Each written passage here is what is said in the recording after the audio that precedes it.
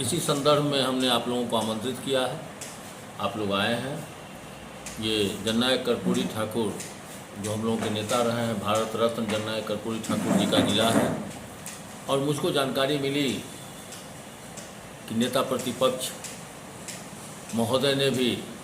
उनका नाम लेके आपके बीच अपनी बातों को रखा है।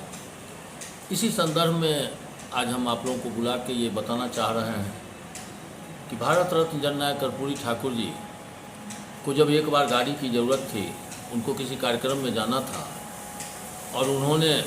गाड़ी न होने के चलते उनका कार्यक्रम में जाना विलम्ब हो रहा था, तो पार्टी के एक नेता ने लालू जी से आग्रह किया कि जननायक कर्पूरी ठाकुर जी को एक कार्यक्रम में जाना है, आप अपनी गाड़ी देते तो ठाकुर जी हो आते। तो उस समय लालू जी ने जो व्यंग किया था और कहा कि बिहार के मुख्यमंत्री रहे हैं और एक गाड़ी नहीं खरीदते हैं, हमेशा इनको दूसरे लोग ही गाड़ी देते रहे, और यह कह के जो अपमान किया था और गाड़ी नहीं दिया था, आज लालू जी की तरफ से नेता प्रतिपक्ष जननायक कर्पूरी ठाकुर के जिला में जननायक कर्पूरी ठाकुर के प्रति जो भाव व्यक्त कर रहे हैं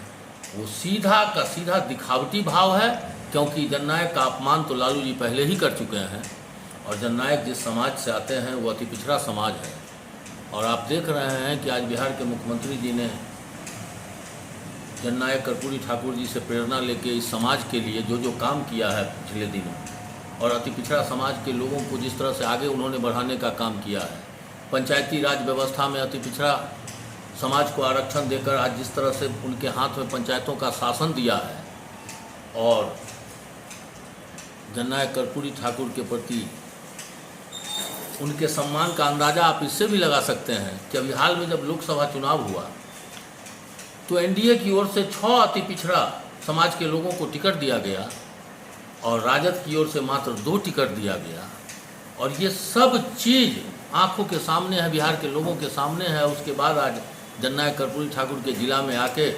वो कार्यकर्ता संवाद करके लोगों को भ्रमित करने का जो प्रयास कर रहे हैं, उनका यह प्रयास सफल नहीं होगा। क्योंकि लोग भी जानते हैं कि जननायक कर्पूरी ठाकुर के जीते जी लालू जी ने उनका अपमान किया था